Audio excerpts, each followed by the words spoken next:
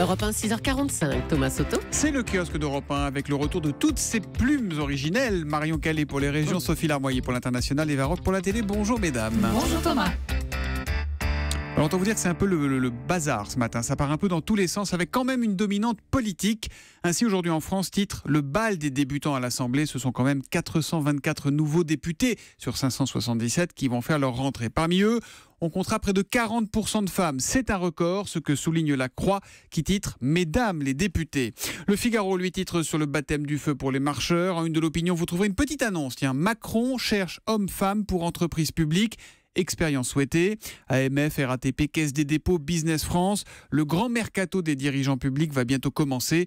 Un sujet qui, une fois de plus, inspire le dessinateur CAC. Édouard Philippe se tient debout en mode videur de boîte de nuit devant le Macron's Night Club.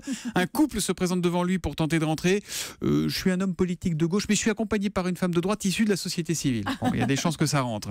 Libération a visiblement hésité entre deux titres ce matin et du coup, il les a mélangés. Ça donne quelque chose d'un peu curieux.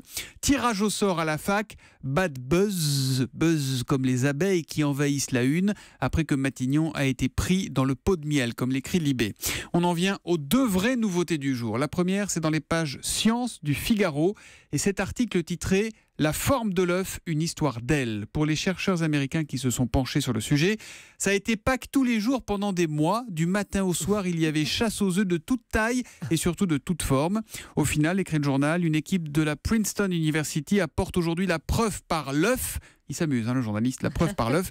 C'est l'aptitude à voler et l'aérodynamisme du volatile qui dictent en fait la forme de ces œufs. Alors ça, c'est pour l'emballage. Reste à savoir ce qui sort de l'œuf. Et ça nous emmène à la seconde nouveauté du jour. Des Anonymous affirment que la NASA va annoncer la découverte d'extraterrestres. On ne sait pas si ce sont des ovipares ou pas, mais bon. C'est le site Mashable qui l'annonce. Et il ne s'agirait pas de n'importe quel alien crétin, non, il s'agirait d'une forme de vie extraterrestre intelligente. Alors, on n'en sait pas plus, mais soyez pas surpris si Alf, E.T. ou un des frères Bogdanov vient frapper à votre porte dans la journée.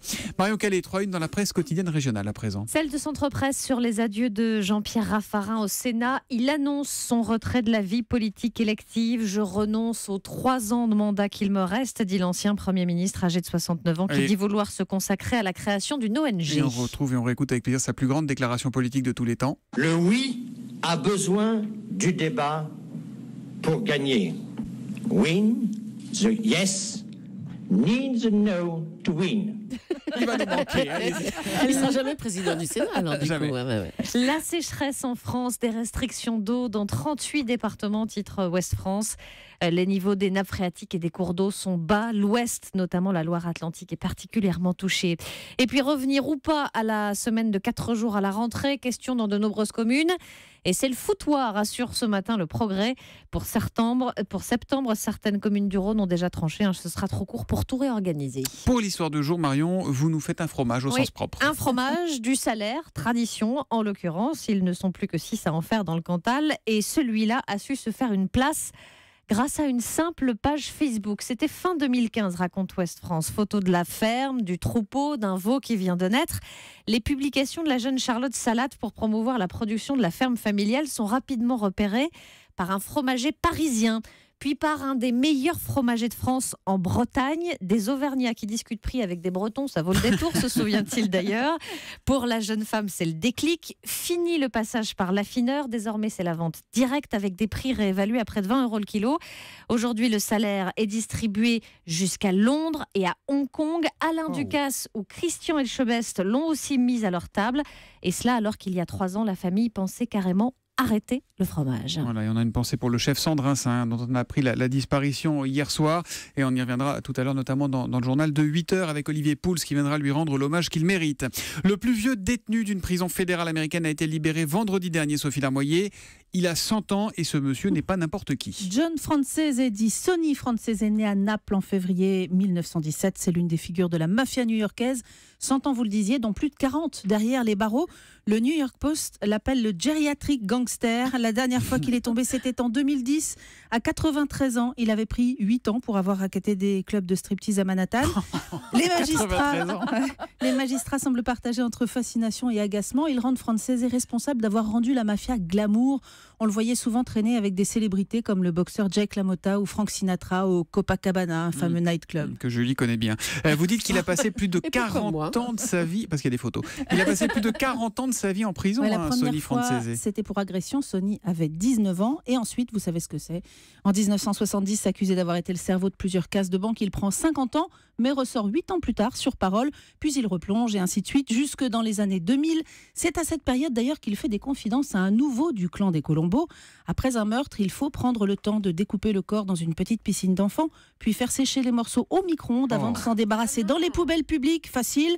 Mais tout ça a été enregistré, car le petit nouveau mafioso était un indique du FBI. D'un coup, il est moins sympathique, votre Sonny Francese. Et pour autant, Sonny n'est jamais tombé, car il avait un truc. Mettre du vernis sur les doigts pour ne pas laisser d'empreinte et toujours porter un filet sur les cheveux, histoire de ne pas en perdre un seul sur une scène de crime. Pas d'ADN, pas de coupable.